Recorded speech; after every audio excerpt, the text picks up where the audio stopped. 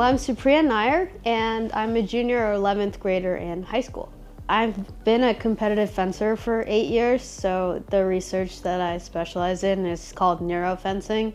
It ties into fencing, and it brings neuroscience and the sport together.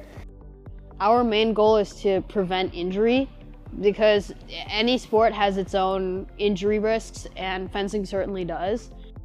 Specifically looking at the lower limbs, like maybe say doing a combined analysis of all the joints in the lower limb, and motion capture would be a really great solution to investigating more of a biomechanics aspects of fencing.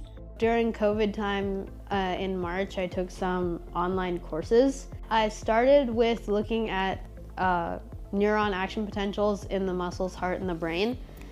So I have a dummy target, which I did some fencing actions on. I got the opportunity to go to New York and replicate the same experiments, but with multiple subjects. I took that work to a biomechanics conference, or Northwest Biomechanics Symposium.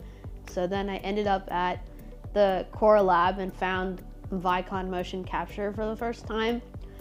Summer of 23, I started phase 3 at UW and the core lab, which is where I got introduced to biomechanics and the motion capture system of Vicons.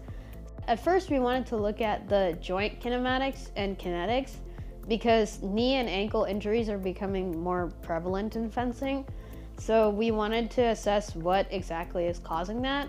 We started looking at the ground reaction forces. So we had force plates on the ground. And so when the fencer would lunge or move on the force plate, we could get the exact amount of force they were exerting.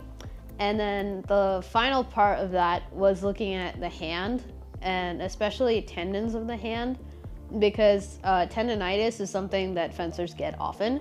And especially since the weapons weigh different amounts, and there are also different positions that we use to either block or attack our other opponent. And now it's just habit, just going there and doing everything in an order. So now it's pretty easy to do. Then the next part, they would do 9 tendon exercises and we would assess pain level.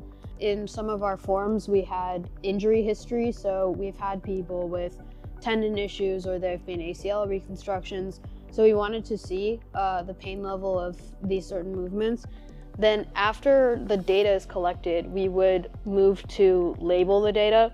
So we'd use a plug and gate model for the marker labels on the Vicon Nexus software. And I would go in and label each of the markers.